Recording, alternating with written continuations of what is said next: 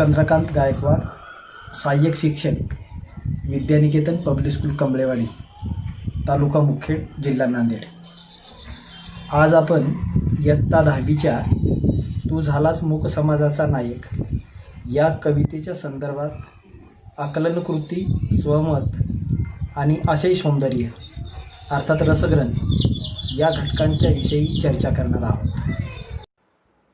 विद्यार्थी मित्रांनो, हे महाड येथील चौदार तळ्याच्या लढ्याचे चित्र आहे. आज आपण इयत्ता 10वीतल्या तू झालास मूक समाजाचा नायक या कवितेचा विचार करणार आहोत. कवी ज.वी. पवार यांची कविता. कवितेची मध्यवर्ती कल्पना. चौदार तळ्याच्या सत्याग्रहाला 50 वर्ष पूर्ण झाल्याने महानायकाचा आणि त्यांच्या कार्याचा गौरव करण्यासाठी हे काव्य लिहिले आहे. रूढी, परंपरा आणि अज्ञान यांचा बळी ठरलेल्या बहिष्कृत समाजात ज्ञानाच्या बळावर स्वाभिमानाने हक्काची जाणीव करून भारतीय नवसमाजाची निर्मिती स्वबळावर केली. म्हणून कवीने हे गौरवगीत लिहिले आहे. त्यांची ही मूळ कविता नाकेबंदी या त्यांच्या कविता संग्रहातून घेतलेली आहे. आज 50 वर्षांनी या नावाने ही कविता त्या कविता संग्रहात समाविष्ट आहे. या अगोदरच्या व्हिडिओमध्ये आपण कवितेचा भावार्थ अभ्यासला आहे. आज आपण स्वाध्यायामध्ये आकलनकृती, स्वमत, रसग्रहण याची चर्चा करणार आहोत. कृतीत नेमके उत्तर महत्त्वाचे असते. स्वमत कृतीत अनुभव, निरीक्षण आणि स्वभाषा महत्त्वाची असते. रसग्रहण यामध्ये आशय, काव्य सौंदर्य आणि भाषिक वैशिष्ट्य याचाही समावेश करावा लागतो. आकलनकृती 1.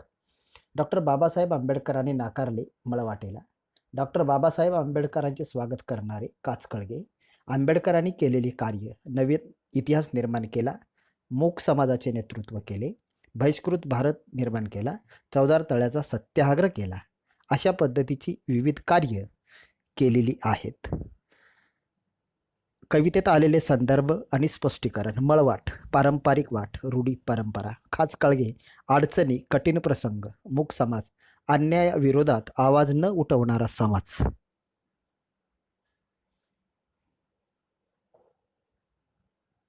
आकलनकृती. 50 वर्षापूर्वीची स्थिती. समाजाने पाठ फिरविली आहे. अन्यायाविरुद्ध रणसिंग फुंकले आहे. चौदार तळ्याचे पाणी पेटले आहे. या एक मार्कासाठी कृत्या विचारल्या जातात. 50 वर्षानंतरची स्थिती. समाजाने ध्यास घेतला आहे. बिगुल वाट पाहत आहे. चौदार तळ्याचे पाणी थंड झाले आहे.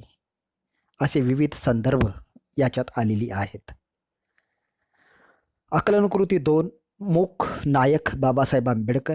पाठ फिरवणारे सूर्य फुले. जागृत झालेला बहिष्कृत समाज. जागृत झालेला बहिष्कृत समाज. कविता संग्रहाचे नाव नाकेबंदी. ज्ञानाच्या बळावर पुकारलेले रणसिंग. पायाजवळ गळून पडणारे महाकाव्य. डरकाळीने डचमळले आकाश पृथ्वी. ही डॉक्टर बाबासाहेब आंबेडकरांच्यासाठी वेगवेगळी अशा पद्धतीचे संबोधने, विशेषणे वापरली गेलेली आहेत. याचा मुलांना विचार करायला भाग पाडणे गरजेचे आहे. स्वमत कृती. डॉक्टर बाबासाहेब आंबेडकरांचे कवितेतून जाणवलेले कर्तृत्व तुमच्या शब्दात लिहा. कवी ज.वी. पवार यांच्या नाकेबंदी या कविता संग्रहातून ही कविता घेतली आहे. महानायक बाबासाहेबांचे कर्तृत्व मला असे जाणवते की विद्येच्या बळावर समाजव्यवस्थेच्या मुळावरच घाव घातले आहे. परंपरा, रूढी, अज्ञान, दैन्य, दारिद्र्यात खितपत पडलेल्या बहुजन समाजाला, मुक्या समाजात नवचैतन्याची सकाळ निर्माण करण्याचं काम, सामर्थ्य डॉक्टर बाबासाहेब आंबेडकरांच्या कर्तृत्वात आपल्याला दिसून येतं. शिका, संघटित व्हा अशा पद्धतीचा नारा देऊन अखिल भारतातल्या बहिष्कृत समाजाला शिक्षणाचं महत्त्व पटवून देऊन लढ्यासाठी उद्दीपित करताना डॉक्टर बाबासाहेब आंबेडकर आपल्याला दिसायला लागतात. कवींनी अत्यंत बोलक्या शब्दात त्यांचं वर्णन केलेलं आहे. सर्व लोकांनी पाठ फिरवली असताना अडचणीचा मार्ग निवडून त्यावर मात कशी करावी स्वाभिमान, आत्मविश्वास असलेला असा नवा समाज या ठिकाणी उभा आपल्याला करायचा आहे. तो उभा त्यांनी केला आहे. गुलामांच्या पायातील बेड्या तोडून त्यांना मुक्त केले आहे. शिक्षण हे मुक्तीचे साधन आहे. हक्कासाठी आपण लढलो पाहिजेत. याच्यासाठी डॉक्टर बाबासाहेब आंबेडकरांनी चवदार तळ्याचा सत्याग्रह केला आहे असे आपल्याला दिसून येते. अशा प्रकारे पीडित, अज्ञानी समाजातील लोकांना सन्मान आणि उन्नतीचा मार्ग दाखविला आहे. अशा पद्धतीचे हे अफाट कर्तृत्व डॉक्टर बाबासाहेब आंबेडकरांच्या अंगी होते असे आपल्याला दिसून येते. यामध्ये आपण आपल्या विचाराला, निरीक्षणाला अत्यंत महत्त्वाचं स्थान देऊन ही कृती पूर्ण करावी. दुसरी कृती आहे रसग्रहण. तुझे शब्द जसे की महाकाव्य तुझ्या पायाजवळ गळून पडावीत, तुझा संघर्ष असा की काठ्यांच्या संगीनी व्हाव्यात. या कवितेतील ओळी, या ओळींचा आशय, काव्यसौंदर्य आणि भाषिक वैशिष्ट्ये या अनुषंगाने चर्चा करून तुम्हाला ती कविता कशा पद्धतीची भावली, तुम्ही तिच्या अर्थाच्या दृष्टीने कुठपर्यंत गेलात, अशा अनेक नानाविध लिखाणाच्या बाबतीत असणाऱ्या काही गुणांचा विचार आपल्याला या ठिकाणी करावा लागणार आहे. म्हणून कुठल्याही अभ्यासक्रमातल्या अशा दिलेल्या कवितेचं रसग्रहण करणं आपल्याला आलं पाहिजे. या उद्देशाने ही कृती आपण समजावून घेऊयात. आशय सौंदर्य. महानायकाने पीडित, अज्ञानी लोकांसाठी, सामाजिक हक्कासाठी जो लढा मानवांच्या सन्मानासाठी लढला, त्या घटनेची 50 वर्ष झाल्याने हे गौरवगीत कवी जवी पवारांनी लिहिले आहे. 27 मार्च 1927 साली चवदार तळ्याचा सत्याग्रह करून नवभारतीय समाजाची उभारणी केली.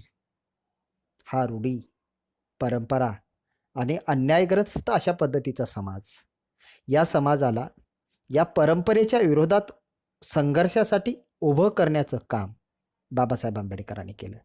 या काव्यात महानायकाच्या कार्याचा, त्यांच्या कर्तृत्वाचा, त्यांच्या शब्दसामर्थ्याचा गौरव करण्यासाठी हे कवीने गौरवगीत लिहिले आहे असे आपल्याला दिसून येते. तुम्हाला ज्या पद्धतीनं या आशयाचा अर्थबोध झाला, तो आशय तुम्ही तुमच्या शब्दात शब्दबद्ध करणं गरजेचं आहे. हे तत्कालीन संघर्षाच्या लढ्याचं चित्र. त्यानंतर कृती येते काव्यसौंदर्य. काव्यसौंदर्याचा विचार करत असताना कवितेत आलेल्या प्रतिमा, प्रतीक यांचा विचार करणं अत्यंत गरजेचं आहे. वरील ओळीतून चवदार तळ्याच्या लढ्याची तीव्रता दिसते. यामुळे मोठे परिणाम समाज व्यवस्थेवर झाले. निसर्गनिर्मित पाण्यावर एका समूहाचा हक्क नसणे, त्याला मज्जाव करणे, ही कृतीच मानवतेचे धिंडवडे काढणारी होती. महाकाव्याची शिकवण लुळी पांगळी आहे. नायकाच्या आदर्शापुढे ही महाकाव्य हातबल ठरतात, म्हणून ती पायाजवळ गळून पडावीत असा विचार या ठिकाणी केला गेला. ती नस्तमस्तक व्हावीत. महानायकाने दिलेल्या हाकेला होकार देत पीडित समाज लढ्यासाठी तयार झाला. त्यांच्या हातामध्ये काठ्या आल्या. ते स्वाभिमानासाठी आणि हक्कासाठी संघर्ष करण्यासाठी तयार झाले. आणि संघर्षासाठी तयार झाल्याच्या नंतर त्यांच्या काट्यात, हातात ज्या काट्या होत्या, त्या काट्यांना बंदुकांचे सामर्थ्य प्राप्त झालेले असं आपल्याला दिसून येतं. म्हणून अशा पद्धतीचं यात वेगवेगळ्या गोष्टी आपल्याला दिसून येतात आणि स्वाभिमानासाठी ही माणसं लढताना दिसतात. तेच लढ्याचं चित्र कवीने इथे रेखाटलेलं आहे. भाषिक वैशिष्ट्य. ही कविता मुक्त छंदात लिहिली गेलेली आहे. ओजस्वी शब्दकळा असून संवाद शैली त्याच्यामध्ये जाणून येते.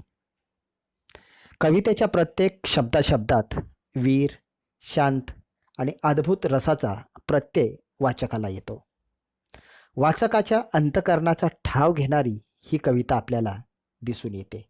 उदाहरणार्थ महाकाव्य नम्रतेनं पायाजवळ गळून पडतात. तिथे आपल्याला शांत रसाचा अनुभव येतो. तर काट्याच्या बंदुका झाल्या किंवा व्हाव्यात यामध्ये आपल्याला अद्भुत चमत्कारिक अशा पद्धतीच्या रहस्यमय गोष्टीची जाणीव व्हायला लागते. कवितेची भाषा साधी, सरळ, अर्थप्रवाही असून त्या भाषेला वाक्यप्रचाराची जोड दिल्याने ती कविता अधिकच वाचकांची संवाद साधल्यासारखी वाटायला लागते. संवाद शैलीमुळे वाचकाच्या मनाचा ठाव घेताना आपल्याला कविता दिसते. अशा पद्धतीच्या या 3 काव्यसौंदर्याच्या दृष्टिकोनातून स्थळांचा विचार करून आपल्याला भावलेलं कवितेचं सौंदर्य या ठिकाणी आपण नमूद करायला हवं. मित्रांनो, सौमत, रसग्रहण या कृती सोडवताना स्व अभिव्यक्तीला प्राधान्य द्यावं. अन्य कुणाचे उत्तर किंवा गाईडचे उत्तर हे बरोबर असेलच अशा पद्धतीचा अट्टास धरू नये. असे नसून तुम्हाला काय वाटते, त्यातून तुम्ही केलेलं चिंतन काय किंवा तुम्ही केलेलं निरीक्षण काय याचा लेखाजोखा आपल्या स्वमुक्त कृतीत आणि रसग्रहणामध्ये दिसून आला पाहिजे.